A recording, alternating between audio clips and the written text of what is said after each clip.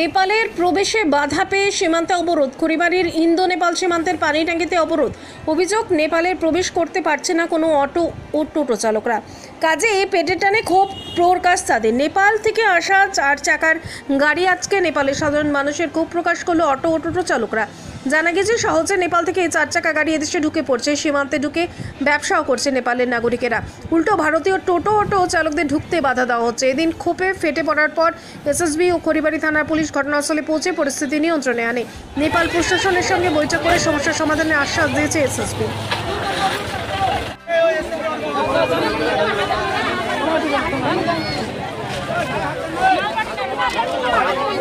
বলুন তো সমস্যার বিষয়টা।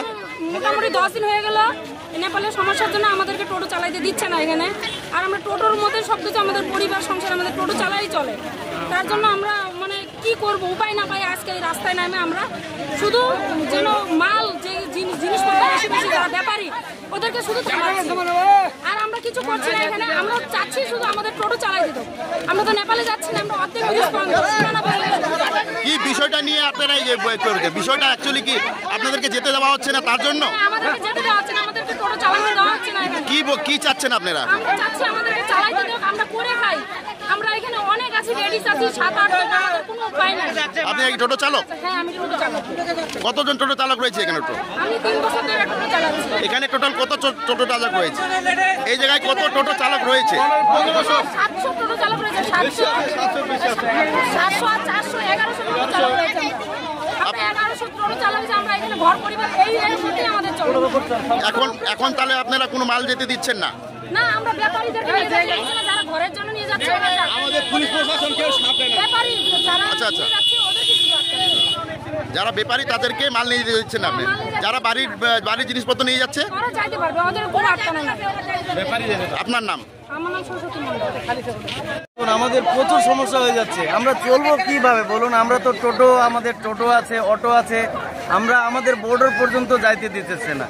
তবে অথচ এখানে ব্যবসায় আমাদের ওপেন আছে, সবাই আসতেছে ঠিক মতো ব্যবসা নিয়ে চলে যাচ্ছে। তবে আমরা কি করে খাবো বলুন? আমরা তো এই বর্ডারে নির্ভর, আমাদের টোটো এই বর্ডারের মধ্যে চলে। আমরা না কোথাও চলতে দেয়, না কোথাও নকশালবাড়ি, না খড়িবাড়ি, না বাতাসিতে। আমাদের এইটাই রাস্তা, এটাই রুট। যদি আমাদের এই রুটটা চলতে না দিত আমরা কি করব বলুন? তাহলে আমাদের এখন কি করছেন আপনারা? আমরা এখন যে হিসাবে ব্যবসা সমিতি এখন মানে আর কি জিনিসগুলা ছাড়তেছে, তো আমরাও আন্দোলন করতেছি। যদি ওরা এইভাবে মানে আর কি ইসে করে, ওদের তো হয়ে যাচ্ছে, আমাদের হচ্ছে না। আপনাদের কি যেতে দেওয়া হচ্ছে না? বিশ্বকর্মা পূজা করতে পারলাম না আমরা, জানেন এরকম প্রবলেমে আছি। আপনাদেরকে ভিতরে যেতে দিচ্ছে না? আমাদেরকে ভিতরে যাওয়ার কোনো ইসে নাই। তবে আমাদেরকে যেখান পর্যন্ত লাস্ট ব্রিজ পর্যন্ত আমাদের পারমিশন ছিল, তো ওখান পর্যন্ত আমাদেরকে যাইতে দিতে হবে। কেন কি আমরা তো আমাদের ইন্ডিয়ার বর্ডারের মধ্যেই আমরা যাইতে চাই। এখন কি চাচ্ছেন আপনারা? আমরা চাচ্ছি যে আমাদের যতগুলা টোটোওয়ালা আছে, আমরা তো সব গরিব, আমাদের মানে কেউ ভাড়া নিয়ে চালাচ্ছে, আমরা আমাদের বর্ডার পর্যন্ত আমাদেরকে যাইতে দাও। আমরা এই সরকারের কাছে নিবেদন জানাই। আপনার নাম? আমার নাম পরিমল ঘোষ। এখানে নেপালের ঘটনার পর এখানে টোটো বন্ধ হয়ে গেছে প্রায় 10 দিন ধরে। আমরা অনেকবার বলেছিলাম যে আমাদের এখানে টোটো চালকদের টোটো খুলে দেওয়া হোক, আমরা শুধু ইন্ডিয়ার সীমানা অবধি আমরা টোটো নিয়ে যাব, আমরা নেপালে যাব না। আজকে খুলবো, কালকে খুলবো বলার পরেও এইভাবে 10 দিন কাটাই দিল, এখন অবধি খুলতেছে না।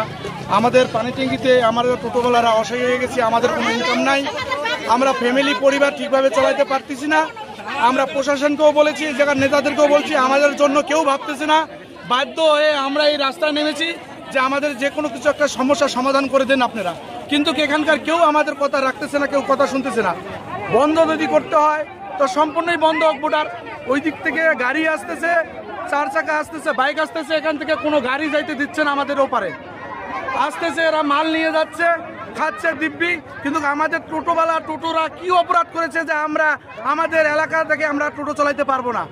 এই জন্য আমরা সবাই মিলে চিন্তা ভাবনা করে আমরা রাস্তায় অপরাধ করতেছি।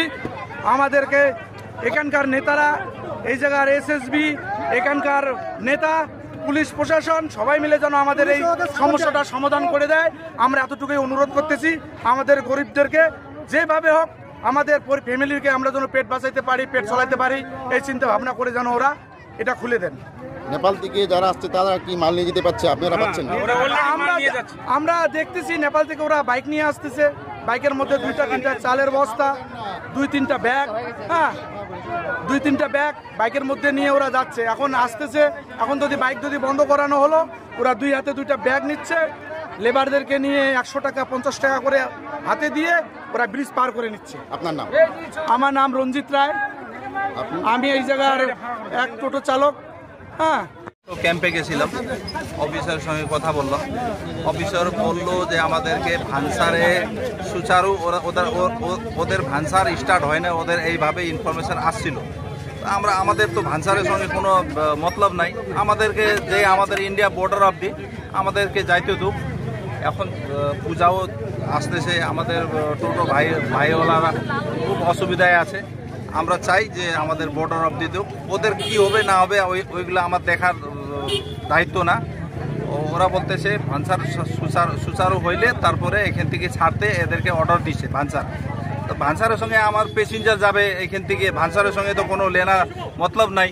তো আমরা ওদেরকে রিকোয়েস্ট করলাম, ওরা বললো যে ঠিক আছে 24 ঘন্টার মধ্যে খুলে যাবে, এই আশ্বাসন দিয়ে আমাদেরকে ওইখান থেকে আমরা তারপরে আইসে টোটো ভাইদের সঙ্গে কথা বললাম, ওরাও রাজি হইলো।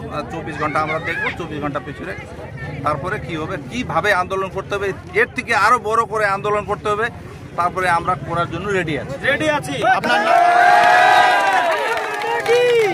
আপনার নাম?